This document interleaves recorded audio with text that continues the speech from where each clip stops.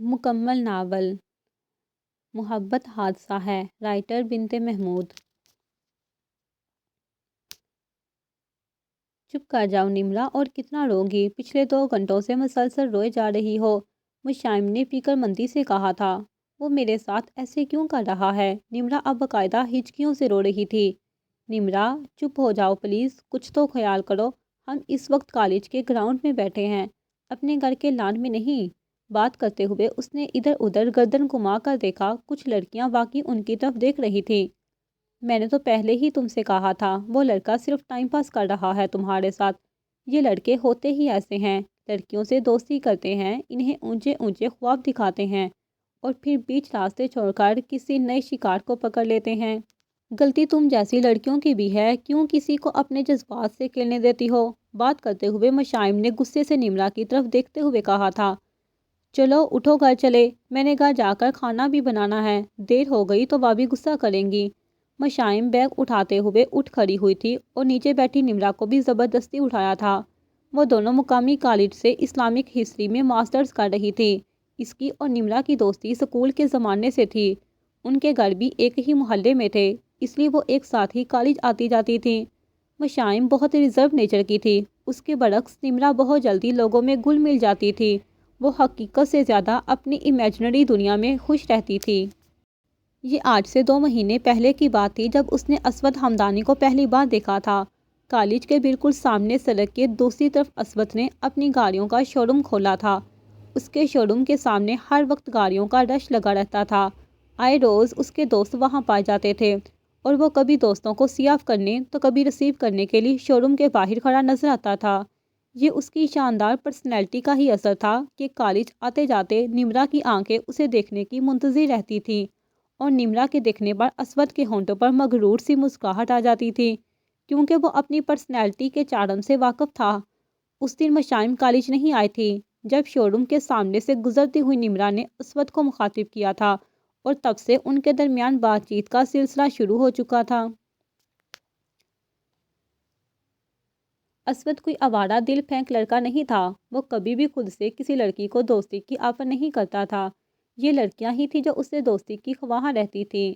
وہ صرف دوستی کی حد تک ان لڑکیوں سے بات چیت کرتا تھا، اس نے کبھی اپنی حد کراس نہیں کی تھی۔ نمرا اور اس کی دوستی کو 3 مہینے ہو چکے تھے جب مشائم کو اس بارے میں پتہ چلا، تو اس نے نمرا کو روکنا چاہا، پر اس کے سمجھانے پر بھی نمرا باز نہیں آئی تھی۔ وہ اسود سے دوستی میں بہت آگے بڑھ گئی تھی، اس سے تحائف لینے کے علاوہ ہوٹلنگ اور شاپنگ بھی کرتی رہتی تھی۔ یہاں تک تو سب ٹھیک تھا، بگاڑ تب پیدا ہوا جب نمرا نے اسود سے رشتہ لانے کو کہا۔ دماغ تو ٹھیک ہے تمہارا، کیا کہہ رہی ہو؟ اسود نے گاڑی چلاتے ہوئے اپنے برابر بیٹھی نمرا سے کہا تھا۔ یہی کہہ رہی ہوں کہ میرا رشتہ لے کر آؤ میرے گھر، نمرا نے مسکراتے ہوئے کہا تھا۔ نمرا، تم شاید بھول رہی ہو، میں نے پہلے دن ہی یہ بات واضح کر دی تھی کہ ہماری بات چیت دوستی تک ہی رہے گی، تو یہ شادی کہاں سے آ گئی بیچ میں؟ آئندہ یہ بات کبھی مت کرنا۔ اس بات کو 3 دن گزر گئے تھے، وہ نہ نمرا کا فون اٹھا رہا تھا اور نہ میسج کا جواب دے رہا تھا، اور نمرا کا رو رو کر برا حال تھا۔ وہ دونوں جیسے ہی کالج سے باہر نکلی، نمرا کو اسود اپنے شو روم کے باہر کھڑا نظر آیا، اور وہ بغیر کچھ سوچے سمجھے تیزی کی اس کے پاس جا پہنچی۔ مشائم اسے پیچھے سے آوازیں دیتی رہ گئی، مگر وہ تو جیسے کچھ سن ہی نہیں رہی تھی۔ مشائم کالج کے گیٹ کے پاس کھڑی ہو کر اس کا انتظار کرنے لگی۔ وہ دونوں اچاہت سے باتیں کرتے ہوئے صاف نظر آ رہے تھے۔ نمرا بہت زیادہ رو رہی تھی اور اسود بہت غصے میں لگ رہا تھا، اس کے بات کرنے کے انداز سے یہی لگ رہا تھا کہ وہ نمرا کو وہاں سے جانے کے لیے کہہ رہا تھا۔ مشائم کو نمرا پہ شدید غصہ آ رہا تھا کہ وہ کیوں اس بدتمیز لڑکے کی باتیں سن رہی ہے۔ کچھ دیر انتظار کے بعد آخر اس سے رہا نہ گیا، اور کچھ سوچ کر اس نے ان دونوں کی طرف قدم بڑھا دیے۔ یہ کیا طریقہ ہے کسی لڑکی سے بات کرنے کا؟ تمیز نہیں ہے آپ کو؟ پہلے لڑکیوں کے جذبات سے کھیلتے ہیں اور پھر بیچ سڑک پر تماشا بناتے ہیں۔ مشائم ایک دم غصے میں آ گئی تھی، حالانکہ وہ دھیمے مزاج کی لڑکی تھی۔ آپ کون ہوتی ہیں محترمہ مجھ سے ایسے بات کرنے والی؟ یہ لڑکی خود ہی میرے پیچھے آئی تھی، جبکہ میں شروع سے واضح کر چکا تھا کہ مجھے شادی میں انٹرسٹ نہیں ہے۔ اس کے باوجود مجھے شادی کے لیے پریشرائز کرنا، اور اب بھی یہ خود میرے پاس چل کر آئی ہے، میں نے تو نہیں بلایا، خود ہی اپنا تماشا لگا رہی ہے۔ اس کا غصہ آؤٹ آف کنٹرول ہو رہا تھا۔ اس میں بس یہی ایک خامی تھی کہ وہ بہت جلدی اپنا ٹیمپر لوز کر جاتا تھا، اور مجھے تو لگ رہا ہے آپ دونوں ملی ہوئی ہیں، پیشہ ور لگ رہی ہیں مجھے تو۔ طراق اس سے پہلے کہ وہ اپنی بات پوری کرتا، مشائم کا ہاتھ اس کے گال پر پڑا تھا اور پوری سڑک پر جیسے سناٹا چھا گیا تھا۔ اسود کی آنکھوں سے جیسے شعلے لپک رہے تھے، اور مشائم خود حیرت زدہ سی کبھی اس کے گال کو دیکھ رہی تھی اور کبھی اپنے ہاتھ کو۔ نمرا سب رونا دھونا بھول کر مشائم کا ہاتھ پکڑ کر تیزی سے وہاں سے نکل گئی تھی۔ اسود ابھی تک اس جگہ کو دیکھ رہا تھا جہاں کچھ دیر پہلے مشائم کھڑی تھی۔ اس کے دوستوں نے اسے کچھ کہنا چاہا، پر اس نے ہاتھ اٹھا کر انہیں روک دیا اور اپنی گاڑی کی طرف بڑھ گیا، اور دیکھتے ہی دیکھتے گاڑی زن سے بگا کر لے گیا۔ یہ تم نے کیا کر دیا مشی؟ تمہیں ایسا بالکل نہیں کرنا چاہیے تھا۔ تم جانتی نہیں ہو وہ کون ہے؟ گھر واپس آتے ہوئے نمرا نے فکر مندی سے کہا تھا۔ اس نے نمرا کی کسی بات کا جواب نہیں دیا تھا، بس خاموشی سے چلتی جا رہی تھی اور سوچ رہی تھی کہ جذبات میں آ کر اس نے واقعی بہت بڑی غلطی کر دی تھی۔ اسود نے نمرا کے بارے میں جو باتیں کہی تھی، ان کے مطابق نمرا بھی برابر کی قصوروار تھی، اور اگر بالفرض وہ نہیں تھی تب بھی اس کو ایسا کوئی حق نہیں تھا کہ وہ بیچ سڑک پر کسی کو تھپڑ مار دیتی۔ اس کا اس طرح ہاتھ اٹھانا کسی بھی طرح جسٹیفائیڈ نہیں تھا۔ اپنی سوچوں میں مگن وہ گھر کے گیٹ تک آ گئی تھی۔ وہ سوچوں میں اتنی غلطان تھی کہ اس نے خیال ہی نہیں کیا کہ کب نمرا اپنے گھر کی گلی مڑ گئی تھی۔ گیٹ عبور کر کے وہ اندر آئی تھی۔ بھابھی حسب معمول ٹی وی دیکھنے میں مصروف تھی۔ چینج کر کے فوراً وہ کچن میں آ گئی تھی۔ 3 بہن بھائیوں میں اس کا نمبر آخری تھا۔ امی کا انتقال اس کے بچپن میں ہی ہو گیا تھا، لیکن ابو نے کبھی امی کی کمی محسوس نہیں ہونے دی تھی۔ جب تک زندہ رہے تھے، ابو کا شہر میں چلتا ہوا جنرل سٹور تھا جو ابو کے بعد بھائی سنبھالتے تھے۔ نعمان بھائی ان کے اکلوتے بھائی تھے۔ انہوں نے اپنی کلاس فیلو سے شادی کی تھی۔ بھائی کی شادی کے کچھ ہی عرصے بعد ابو کی ڈیتھ ہو گئی تھی۔ بھائی سے چھوٹی ماہم آپی تھی جن کی شادی ان کی گریجویشن کمپلیٹ ہوتے ہی بھابھی اپنے کزن سے کروا چکی تھی، اور جلد از جلد اس کی شادی بھی کرنا چاہتی تھی، مگر تب اس نے پہلی بار اپنے لیے سٹینڈ لیا اور شادی سے پہلے ماسٹرز کرنے کی شرط رکھ دی۔ بھائی ویسے تو مکمل طور پر بھابھی کے زیر اثر تھے، پر حیرت انگیز طور پر انہوں نے اسے ماسٹرز کرنے کی اجازت دے دی تھی۔ البتہ اس کے بعد بھابھی کا رویہ اس سے بہت خراب ہو گیا تھا، جو کہ پہلے بھی کچھ خاص اچھا نہیں تھا۔ انہوں نے گھر کی ساری ذمہ داری اس پر ڈالی ہوئی تھی، اور خود سارا دن یا تو ٹی وی دیکھتی تھی یا فون پر اپنی بہنوں اور دوستوں کے ساتھ گوسپ کرتی رہتی تھی۔ وہ ان عورتوں میں سے تھی جو اپنی راجدھانی میں کسی کی مداخلت برداشت نہیں کر سکتی۔ یہ ان کا رویہ ہی تھا جس وجہ سے ماہم آپی میکے آنے سے کتراتی تھی، حالانکہ وہ ماہم آپی کو اور ان کے بچوں حنان اور پریشے کو بہت یاد کرتی تھی، کیونکہ گھر میں تو کوئی تھا ہی نہیں بات کرنے کے لیے۔ بھائی کا ایک ہی بیٹا تھا وجدان، جو کہ ہاسٹل میں رہتا تھا۔ بھائی خود سارا دن سٹور پہ ہوتے تھے، اور بھابھی نے اسے کبھی اس قابل نہیں سمجھا تھا کہ اس کے پاس بیٹھتی۔ بھابھی میں نے کھانا بنا دیا ہے، لے آؤں آپ کے لیے؟ کچن کے دروازے میں کھڑے ہو کر اس نے بھابھی سے پوچھا تھا۔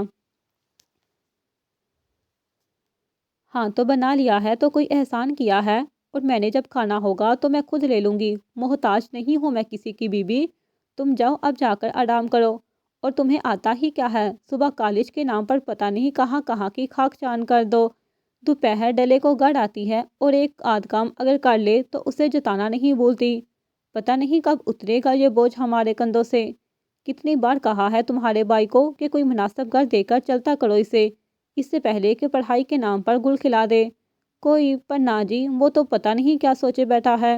بھابھی حسب معمول شروع ہو چکی تھی۔ وہ خاموشی سے وہاں سے ہٹ گئی تھی، مگر اسے یہ پتہ نہیں تھا کہ آنے والا کل اس کی زندگی میں کتنا بڑا طوفان لانے والا ہے۔ اسود ہمدانی شاہ ہمدانی کا سب سے چھوٹا اور لاڈلا بیٹا تھا۔ شاہ زمان ہمدانی سابق وفاقی وزیر ہونے کے ساتھ ساتھ اہم سیاسی جماعت کے سینئر رہنماؤں میں سے تھے۔ ان کا بڑا بیٹا ابو ذر ہمدانی صوبائی وزیر تھا۔ اس سے چھوٹی ایک بیٹی تھی زرتاشا، جو کہ ان کے چھوٹے بھائی کی بہو تھی۔ ان کے چھوٹے بھائی شاہ نواز ہمدانی بھی وفاقی وزیر کے عہدے پر فائز تھے۔ اسود بہن اور بھائی سے چھوٹا اپنے بابا کا بے حد لاڈلا تھا۔ زرتاشا کی نند پلس کزن عائشہ سے اسود کا رشتہ زرتاشا کی شادی پر طے کیا گیا تھا، اور اسود کو بظاہر اس رشتے سے کوئی مسئلہ نہیں تھا، لیکن اگر کوئی مسئلہ ہوتا بھی تو اس کا واضح اثر اس کی بہن کی شادی شدہ زندگی پر پڑ سکتا تھا۔ روپے پیسے کی فراوانی اور اثر و رسوخ کا فخر اس کے خاندان کے مردوں کے رویے سے بخوبی جھلکتا تھا، مگر وہ ان سے قدرے مختلف تھا۔ وہ بہت نرم دل تھا، اس میں بس ایک خامی تھی کہ اسے غصہ بہت جلدی آ جاتا تھا۔ یہ الگ بات تھی کہ غصہ اترنے پر وہ اپنے رویے پر پشیمان ہوتا تھا اور ہر بار خود سے عہد کرتا تھا کہ اپنے غصے کو قابو میں رکھے گا، اور یہ عہد وہ کچھ دن ہی برقرار رکھ پاتا تھا۔ جو ہی کوئی بات اس کی طبیعت کے برخلاف ہوتی وہ ٹیمپر لوز کر جاتا تھا۔ ان کا کاروبار اسلام آباد اور لاہور دونوں شہروں میں پھیلا ہوا تھا۔ اس کے بھائی چونکہ سیاسی جماعت کا حصہ تھے، اس لیے اسلام آباد ہی باقی گھر والوں کے ساتھ رہتے تھے اور وہاں کا کام سنبھالتے تھے، جبکہ وہ 10 دن اگر اسلام آباد میں رہتا تھا تو 15 دن لاہور میں پایا جاتا تھا۔ اس وقت بھی اپنے اپارٹمنٹ میں موجود وہ یہاں سے وہاں غصے سے چکراتا پھر رہا تھا۔ غصے سے اس کی مٹھیاں بینچی ہوئی تھی۔ اسود یار ریلیکس کر، کیوں اتنا غصہ کر رہا ہے؟ یہ اس کا دوست اظہر تھا۔ ریلیکس؟ میں ریلیکس کروں؟ اس لڑکی نے بیچ سڑک پر مجھ پر ہاتھ اٹھایا ہے۔ پورا شہر میرا تماشا دیکھ رہا تھا اور تم کہہ رہے ہو کہ میں ریلیکس کروں؟ واہ! اس نے خون اشم نظروں سے اظہر کو دیکھا تھا۔ تو کیا کرنا چاہتے ہو تم؟ سلمان نے اسے سوالیہ نظروں سے دیکھا تھا۔ اس لڑکی سے اپنی بے عزتی کا بدلہ لینا چاہتا ہوں، اس نے قدرے سکون سے کہا تھا۔ نہیں اسود، ایسا مت کرو، میں اس لڑکی کو جانتا ہوں، وہ پہلے بھی کچھ نامساعد حالات کا شکار ہے، اس کے مسائل میں اضافہ مت کرو۔ اظہر جو کہ مشائم کے محلے میں ہی رہتا تھا، اسود کو اس کے حالات سے آگاہ کرنے لگا۔ یہ تو صحیح ہو گیا کہ تم اس کے بارے میں سب جانتے ہو، ورنہ اس کی معلومات کروانے میں بھی ٹائم لگ جانا تھا۔ اب مجھے بس کل صبح کا انتظار ہے، اسود نے پرسوچ انداز میں کہا تھا۔ اظہر، جس نے مشائم کے بارے میں سب کچھ اس لیے بتایا تھا کہ شاید اسود اپنا ارادہ بدل لے اور مشائم کو معاف کر دے، اسود کی بات سننے کے بعد اس کا منہ دیکھ کر رہ گیا تھا۔ وہ بمشکل اپنے چکراتے ہوئے سر کو سنبھالتے ہوئے اٹھ کر بیٹھی تھی اور ناسمجھی سے ارد گرد کا جائزہ لینے لگی۔ کمرہ کافی بڑا اور ویل فرنش تھا۔ وہاں ایک بیڈ، صوفہ، میز، ڈریسنگ ٹیبل اور روم فریج کے علاوہ کوئی چھوٹی چیز موجود نہیں تھی۔ ہاں، البتہ موجود ڈیکوریشن پیس بہت قیمتی معلوم ہو رہے تھے۔ جو ہی اس کی نظر گھڑی پر پڑی، اس کی تمام حساسیات بیدار ہو گئی تھی۔ گھڑی 2 کا وقت بتا رہی تھی۔ مجھے اتنی دیر ہو گئی یہاں آئے ہوئے، اس نے سوچا تھا۔ اسے یاد آیا کہ صبح وہ کالج جانے کے لیے گھر سے نکلی تھی۔ نمرا کل والے واقعے کی وجہ سے چھٹی پر تھی، اس لیے وہ اکیلی ہی کالج آئی تھی، مگر جو ہی گیٹ کے نزدیک پہنچی تھی، ایک کار اس کے قریب آ کر رکی تھی اور کار کا دروازہ کھول کر ایک لڑکا جلدی سے اس کے قریب آیا تھا اور اسے بازو سے پکڑ کر ایک کپڑا اس کے منہ پر رکھ دیا تھا۔ اس کے بعد اسے کچھ یاد نہیں تھا۔ وہ روزانہ 2 بجے تک گھر پہنچ جاتی تھی۔ اب جو جو وقت گزر رہا تھا اسے بابی کی ٹینشن ہو رہی تھی۔ وہ اپنے مقرر وقت سے تھوڑا سا بھی آگے پیچھے ہو جاتی تھی تو بابی سوال پوچھ کر اور تانے دے کر اس کی زندگی عذاب بنا دیتی تھی۔ وہ انہی سوچوں میں مصروف تھی جب جھٹکے سے دروازہ کھول کر کوئی اندر آیا تھا اور اسود کو دیکھ کر اسے سب سمجھ میں آ گیا تھا کہ اسے یہاں لانے والا یہی اسود ہی ہے۔ محترمہ، آپ کو یہاں آرام کرنے کے لیے نہیں لایا گیا، نیند پوری ہو گئی ہو تو باہر تشریف لے آئیں۔ اسود نے اندر آتے ہی شروع ہو چکا تھا۔ آپ کیوں لائے ہیں مجھے یہاں؟ اس نے بظاہر مضبوط نظر آنے کی کوشش کی تھی، مگر اندر سے وہ بہت خوفزدہ تھی۔ کیوں لائے ہیں؟ اسود نے سوچنے کی اداکاری کی تھی۔ ہاں، یاد آیا، اس نے چٹکی بجاتے ہوئے کہا۔ آپ کی طرف کچھ حساب کتاب نکلتا ہے، بس وہی کلیئر کرنا ہے۔ اسود خاندانی حساب کتاب کا کتنا پکا ہے، اس کا اندازہ آپ کو ابھی کچھ دیر میں ہو جائے گا۔ جلدی کریں اور باہر تشریف لے آئیں، آپ کے لیے ایک سرپرائز ہے۔ اسود نے اس کی آنکھوں میں دیکھتے ہوئے کہا کہ کیسا سرپرائز؟ پلیز مجھے معاف کر دیں، میں جانتی ہوں کل مجھ سے بہت بڑی غلطی ہوئی ہے، مجھے آپ پر ہاتھ نہیں اٹھانا چاہیے تھا، وہ آپ کا اور نمرا کا ذاتی معاملہ تھا، پلیز مجھے جانے دے، اس نے روتے ہوئے کہا تھا۔ وہ اس وقت سفید یونیفارم اور کالے رنگ کی چادر میں تھی۔ اس کا خوبصورت چہرہ خوف کی وجہ سے پیلا پڑ گیا تھا۔ اسود اس کی نیند کے خمار میں ڈوبی آنسوؤں سے بوجھل آنکھوں میں ڈوبنے لگا تھا جب سلمان اور اظہر نے اندر آ کر اسے قاضی صاحب کے آنے کی اطلاع دی تھی۔ چلے محترمہ، جلدی کریں، ہری اپ۔ اسود نے کچھ دیر پہلے والے احساس سے باہر نکلتے ہوئے کہا تھا۔ نہیں، میں کہیں نہیں جاؤں گی۔ وہ یکدم پیچھے کی طرف کھسک گئی تھی۔ دیکھو، ٹائم ضائع مت کرو، پہلے ہی میں تمہاری وجہ سے آدھا دن ضائع کر چکا ہوں۔ آرام سے میری بات مان لو، ورنہ میرے پاس اور بھی بہت ہی طریقے ہیں اپنی بات منوانے کے، مگر اس میں سراسر تمہارا نقصان ہوگا، مجھے تو کوئی فرق نہیں پڑے گا، اسود نے سخت لہجے میں کہا تھا۔ میں معافی مانگ تو رہی ہوں، میں آج کے بعد کبھی آپ کے راستے میں نہیں آؤں گی، پلیز مجھے جانے دیں۔ اس کی آنسوؤں میں روانی آ گئی تھی۔ اظہر، کیا نام بتایا تھا تم نے بچوں کا؟ ہاں یاد آیا، پریشی اور حنان ہے نا؟ دیکھو پتہ کرو وہ گھر پہنچ گئے ہیں صحیح سلامت۔ نہیں پلیز، ان دونوں کو کچھ مت کہنا، میں چل رہی ہوں تمہارے ساتھ۔ اس نے خود کو بے بسی کی آخری حدوں پر کھڑا پایا۔ کچھ ہی دیر بعد وہ مشائم بیگ سے مسز مشائم اسود ہمدانی بن چکی تھی۔ نکاح نامے پر سائن کرتے وقت اس کا پورا وجود لرز رہا تھا، مگر نکاح کی کارروائی مکمل ہونے کے بعد وہ یوں خاموش ہو گئی تھی جیسے ہر احساس سے عاری ہو، اور ابھی ابھی اس کا نہیں کسی اور کا نکاح ہوا ہو۔ اس کا دماغ بالکل معاف ہو چکا تھا۔ اس نے کبھی تصور ہی نہیں کیا تھا کہ اس کے ساتھ ایسا بھی ہو سکتا ہے۔ کبھی ایسا ہوتا ہے نا کہ انسان کو غیر متوقع حالات کا سامنا کرنا پڑتا ہے، ایسے میں ہر انسان کا رد عمل مختلف ہوتا ہے۔ وہ کمزور دل کی مالک ایک نازک سی لڑکی تھی، اور اس وقت وہ مکمل شاک کی کیفیت میں تھی۔ بھائی اس کو کہاں کہاں تلاش کر رہے ہوں گے، بھابھی اس کے بارے میں کیا کیا اندازے لگا رہی ہوں گی، ماہم آپی کو اس کی گمشدگی کا پتہ چل گیا ہوگا یا نہیں۔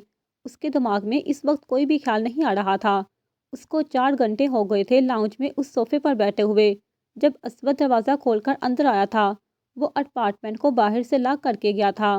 نکاح کے فوراً بعد وہ اپنے دوستوں کے ساتھ باہر چلا گیا تھا، اور اب 4 گھنٹے بعد اس کی واپسی ہوئی تھی۔ وہ اس کے لیے کھانا بھی لایا تھا۔ اندر آ کر اس نے مشائم کو دیکھا جو ابھی تک اسی پوزیشن میں بیٹھی ہوئی تھی، اور اس کے سامنے سے گزرتا ہوا کچن میں چلا گیا۔ یہ ایک 1 بیڈ روم اپارٹمنٹ تھا جو کہ ایک روم، ایک اوپن کچن اور لاؤنج پر مشتمل تھا۔ وہ کھانا پلیٹوں میں نکال کر مشائم کے پاس لے آیا تھا۔ وہ بے شک اسے اپنی بے عزتی کا بدلہ لینے کے لیے لے کر آیا تھا، مگر اس کی نرم دل فطرت کبھی بھی اسے بھوکا رہنا گوارا نہ کرتی۔ کھانا کھا لو، مشائم کی طرف دیکھتے ہوئے اس نے کہا تھا۔ وہ پہلے والی پوزیشن میں ہی بیٹھی تھی۔ اس نے نہ کھانے کو دیکھا تھا نہ کھانا لانے والے کو۔ اسود نے تھوڑی دیر انتظار کیا کہ شاید وہ کھانا کھا لے گی، مگر وہ جوں کی توں بیٹھی رہی تھی۔ الٹا اس کی بے حسی اسود کو تاؤ دلا رہی تھی۔ وہ ایک جھٹکے سے اٹھا، سارا کھانا اٹھا کر اس نے فریج میں رکھا، اور مشائم کو بازو سے پکڑ کر اٹھاتے ہوئے اندر لے گیا۔ یہ ان کے نکاح کے بعد دوسری صبح تھی۔ اس نے کروٹ لی اور آنکھیں کھول کر اپنے برابر سوئی ہوئی مشائم کو دیکھا تھا۔ وہ ایک ہاتھ گال کے نیچے رکھ کر سو رہی تھی۔ نیند میں بھی اس کا چہرہ اضطراب صاف دیکھا جا سکتا تھا۔ اسے 2 دن ہو گئے تھے یہاں آئے ہوئے۔ وہ ابھی تک اسی طرح گمسم تھی۔ اس کے رویے میں کوئی تبدیلی نہیں آئی تھی۔ وہ جب سے آئی تھی ماں سوائے چائے کے 1 کپ کے اس نے کچھ نہیں کھایا تھا، اور کل شام چائے اس کے سامنے رکھتے ہوئے بھی اسود کو یہ توقع نہیں تھی کہ وہ چائے پی لے گی، مگر اس نے خلاف توقع چائے کا کپ اٹھا لیا تھا۔ 2 دن گزرنے کے بعد اس کے غصے کا گراف قدرے نیچے آ گیا تھا، اور اب وہ ان چیزوں کے بارے میں سوچ رہا تھا جن کے بارے میں اسے نکاح کرنے سے پہلے سوچنا چاہیے تھا۔ سوچتے ہوئے مسلسل مشائم کی طرف دیکھ رہا تھا۔ وہ ابھی تک اس دن والے کپڑوں میں تھی۔ یہ اس کی نظروں کا ارتکاز ہی تھا جس سے مشائم کی نیند کھل گئی تھی۔ اس نے اسود کو اپنی طرف دیکھتے پایا، اور جواب میں جن نظروں سے اس نے اسود کو دیکھا ان کی تاب نہ لاتے ہوئے وہ فوراً بستر سے اٹھ گیا تھا، اور فریش ہونے اور چینج کرنے کے بعد وہ گھر سے چلا گیا تھا۔ اس دن کا گیا وہ 1 ہفتے بعد اسلام آباد سے واپس آیا تھا۔ اس کا غصہ مکمل طور پر اتر چکا تھا، اور اب اسے احساس ہو رہا تھا کہ وہ غصے میں کیا کچھ کر چکا تھا۔ صحیح کہتے ہیں غصہ عقل کو کھا جاتا ہے۔ جب اس کا غصہ اترا تو اسے مشائم کا خیال آیا۔ وہ پتہ نہیں کس حال میں ہوگی۔ اسے تو یہ بھی یاد نہیں تھا کہ گھر میں کھانے کا کیا کیا سامان موجود تھا۔ وہ لاک کھول کر اندر آیا تھا، اور سامنے ہی اسے لاؤنج کے صوفے پر دونوں ہاتھ گھٹنوں کے گرد لپیٹے ہوئے مشائم بیٹھی نظر آئی تھی۔ کھٹکے کی آواز پر اس نے سر اٹھا کر اسود کو دیکھا تھا۔ دونوں کی نظریں ملی تھیں۔ مشائم نے فوراً نظروں کا زاویہ بدل لیا تھا۔ اس کے رویے میں کچھ تبدیلی نظر آ رہی تھی۔ وہ پہلے کی طرح بالکل بے حس ہو کر نہیں بیٹھی تھی، بلکہ اس نے کپڑے بھی تبدیل کیے ہوئے تھے۔ اسود کو یاد آیا کہ پچھلی بار عید کے موقع پر اس نے بلیک رنگ کا کرتا شلوار خریدا تھا۔ گھر آ کر جب اس نے دیکھا تو وہ اس کے سائز سے کافی چھوٹا لگ رہا تھا۔ دکاندار نے شاید جلدی میں اسے غلط سائز دے دیا تھا۔ اس نے تبدیل کروانے کے خیال سے اسے جوں کا تو الماری میں رکھ دیا تھا، مگر بعد میں وہ اتنا مصروف ہو گیا تھا کہ وہ سوٹ اس کے ذہن سے بالکل محو ہو گیا تھا، اور اب یقیناً وہی سوٹ مشائم نے پہنا ہوا تھا۔ وہ چونکہ بیٹھی ہوئی تھی اس لیے اسود اندازہ نہ کر سکا کہ سوٹ کس حد تک اس کی ناپ کا تھا۔ وہ کچن میں گیا، کھانے پینے کا سامان دیکھا۔ فریج میں کچھ فروزن آئٹم، چند پیس بریڈ اور دودھ کے 2 ڈبوں کے علاوہ کچھ بھی نہیں تھا۔ وہ جیسے آیا تھا انہی قدموں سے واپس چلا گیا تھا۔ اب کی بار اس کی واپسی کچھ گھنٹوں بعد کافی سارے راشن کے ساتھ ہوئی تھی۔ اس نے سب کچھ کچن میں رکھا اور لاؤنج میں چلا آیا۔ مشائم اب وہاں موجود نہیں تھی، وہ شاید اندر کمرے میں تھی۔ وہ کافی دیر بیٹھ کر مشائم سے بات کرنے کے متعلق سوچتا رہا اور پھر اٹھ کر اندر کمرے میں چلا آیا۔ وہ اندر بیڈ پر ٹیک لگا کر بیٹھی تھی، اسے اندر آتا دیکھ کر سیدھی ہو کر بیٹھ گئی تھی۔ وہ سوچ کر تو کچھ اور آیا تھا مگر اب بول کچھ اور رہا تھا۔ یہ لو فون رکھ لو، اس میں میرا نمبر سیو ہے، اگر ضرورت پڑے تو، اور اگر تمہیں کسی اور چیز کی ضرورت ہو تو اس کے ذریعے سے آن لائن منگوا سکتی ہو، اس میں کریڈٹ ہے۔ مجھے پھر سے کچھ روز کے لیے اسلام آباد جانا پڑ رہا ہے۔ وہ موبائل اس کے قریب رکھنے کے بعد وہاں سے چلا آیا تھا۔ وہ آج صبح ہی اسلام آباد سے آیا تھا اور جیسے ہی یہاں پہنچا تھا بابا نے اسے پھر سے بلا لیا تھا، کیونکہ اس کا بھائی اس وقت الیکشن کی سرگرمیوں میں مصروف تھا اور اس کی جگہ پر اسے جا کر کاروبار کو سنبھالنا تھا۔ اب کی بار وہ پورے 20 دن کے بعد واپس آیا تھا اور اس بار وہ مشائم سے بات کرنے کا پکا ارادہ کر کے آیا تھا، جو وہ پچھلی بار نہیں کر سکا تھا۔ اس نے ڈور بیل بجائی تھی، پچھلی بار کی طرح اس بار وہ باہر سے لاک لگا کر نہیں گیا تھا۔ مشائم نے میجک آئی سے اسے دیکھنے کے بعد دروازہ کھول دیا تھا۔ دروازہ کھولنے کے بعد وہ کچن کی طرف چلی گئی تھی۔ اسود دروازہ بند کرنے کے بعد لاؤنج میں آ کر بیٹھ گیا تھا اور کچن میں کام کرتی مشائم کو دیکھنے لگا تھا۔ اس نے یقیناً نئے کپڑے منگوا لیے تھے، کیونکہ اس بار وہ لان کے سادہ شلوار سوٹ میں تھی۔ کچن میں کام کرتی ہوئی مشائم کی آنکھوں سے اسے دیکھ رہی تھی۔ وہ کھانا تقریباً بنا چکی تھی اور اب سوچ رہی تھی کہ اسے اسود کو کھانے کا پوچھنا چاہیے یا نہیں۔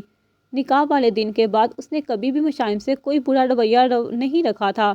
ٹھیک ہے، اس نے جو بھی کیا وہ کسی بھی لحاظ سے ٹھیک نہیں تھا، یعنی لڑکی کو اٹھوا کر زبردستی اس سے نکاح کرنا، مگر اس کے علاوہ اس نے اور کچھ غلط نہیں کیا تھا، بلکہ اس کی ہر ضرورت کا خیال رکھا تھا، جبکہ اگر وہ کچھ کر بھی لیتا تو اس سے کوئی پوچھنے والا نہ ہوتا۔ مشائم کے گھر والے تو یقیناً اب تک اس پر فاتحہ پڑھ چکے ہوں گے، اور بھابی نے تو بلکہ شکر ادا کیا ہوگا اس کے اس طرح غائب ہونے پر۔ یہ سب سوچنے کے بعد وہ اس نتیجے پر پہنچی تھی، چونکہ وہ اس کا شوہر ہے تو اسے کھانے کے بارے میں پوچھنا چاہیے۔ جب وہ کھانے کی ٹرے اٹھا کر لاؤنج کی سمت آئی اور اس کے سامنے صوفے پر رکھ کر بغیر کچھ کہے مڑنے لگی تھی، جب اسود نے اسے پکارا، اس نے چونک کر اس کی طرف دیکھا تھا۔ اسود نے پہلی بار اس کا نام لیا تھا۔ بیٹو، مجھے کچھ بات کرنی ہے، ساتھ رکھے صوفے کی طرف اشارہ کرتے ہوئے اس نے کہا۔ وہ صوفے پر ٹک گئی تھی۔ اسود نے گلا کھنکارتے ہوئے بات کا آغاز کیا۔ میں جانتا ہوں کہ جذبات میں آ کر میں ایک غلط قدم اٹھا چکا ہوں، اور یقین کرو اب اس پر بہت پچھتاوا ہو۔ تمہاری غلطی اتنی بڑی نہیں تھی جتنی بڑی تمہیں سزا ملی ہے اپنی دوست کے لیے آواز اٹھانے کی۔ میں تم سے شرمندہ ہوں اور میں چاہتا ہوں کہ تم یہاں سے چلی جاؤ، کیونکہ میرے گھر والوں کو اگر بنک بھی پڑی نہ تو تمہارے بارے میں وہ مجھے تو کچھ نہیں کہیں گے، پر تمہارے ساتھ بہت برا کر سکتے ہیں، تمہاری سوچ سے بھی زیادہ برا شاید، اس لیے میں چاہتا ہوں کہ تم یہاں سے چلی جاؤ۔ بات ختم کر کے وہ مشائم کی طرف دیکھنے لگا۔ آپ طاقتور ہیں تو اپنی طاقت کے زور سے کچھ بھی کر سکتے ہیں، میں جانتی ہوں آپ کے گھر والے میرے ساتھ کیا سلوک کریں گے، یہ تو آپ جانتے ہیں، پر یہ نہیں جانتے کہ میرے گھر والے کیا کریں گے۔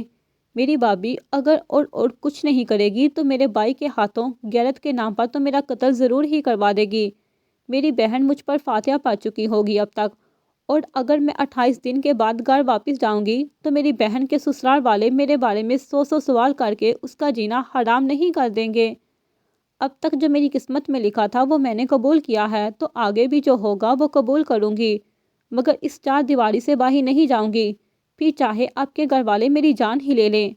اس نے نہایت آرام سے اپنی بات مکمل کی تھی۔ اس کے بدلے ہوئے رویے کے پیچھے یقیناً کوئی بڑی وجہ تھی۔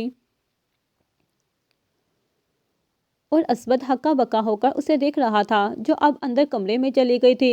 اسے ہرگز مشائم سے اس طرح کے رد عمل کی توقع نہیں تھی۔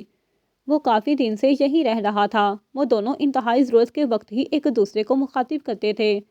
وہ صبح ناشتہ کر کے شو روم چلا جاتا تھا، دوپہر کو لنچ کر کے ٹائم واپس آ جاتا تھا، لنچ کے بعد تھوڑی دیر ریسٹ کرتا تھا، پھر شام کا گیا رات کو واپس آتا تھا۔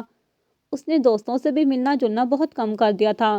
زندگی ایک نئی ڈگر پر چل نکلی تھی۔ اس دن کے بعد اس نے ایک دو مرتبہ پھر سے مشائم سے بات کی تھی، مگر اس کا ہر بار یہی جواب ہوتا تھا کہ وہ واپس نہیں جانا چاہتی، اور اس کے انکار پر پتہ نہیں کیوں اسے سختی سے یہاں سے جانے کا نہیں کہہ پاتا تھا۔ ان کی شادی کو تقریباً 3 مہینے ہونے والے تھے۔ جب اس دن وہ لنچ کے وقت گھر آیا تھا، مشائم نے کھانے کا پوچھا۔ میں فریش ہو جاؤں پھر؟ اسود واش روم کی طرف بڑھ گیا۔ اسود کو واش روم گئے چند منٹ ہی ہوئے تھے جب باہر سے زور زور سے دروازہ در در درایا گیا۔ وہ فوراً اٹھ کر باہر آ گئی اور دروازے کے قریب جا کر پوچھا، کون؟ دروازہ کھولو فوراً، غصے سے بڑی آواز آئی تھی۔ کھولو دروازہ ورنہ توڑ دیں گے ہم۔ ابھی وہ سوچ ہی رہی تھی کہ دروازہ کھولنے کے بارے میں ایک اور آواز آئی تھی۔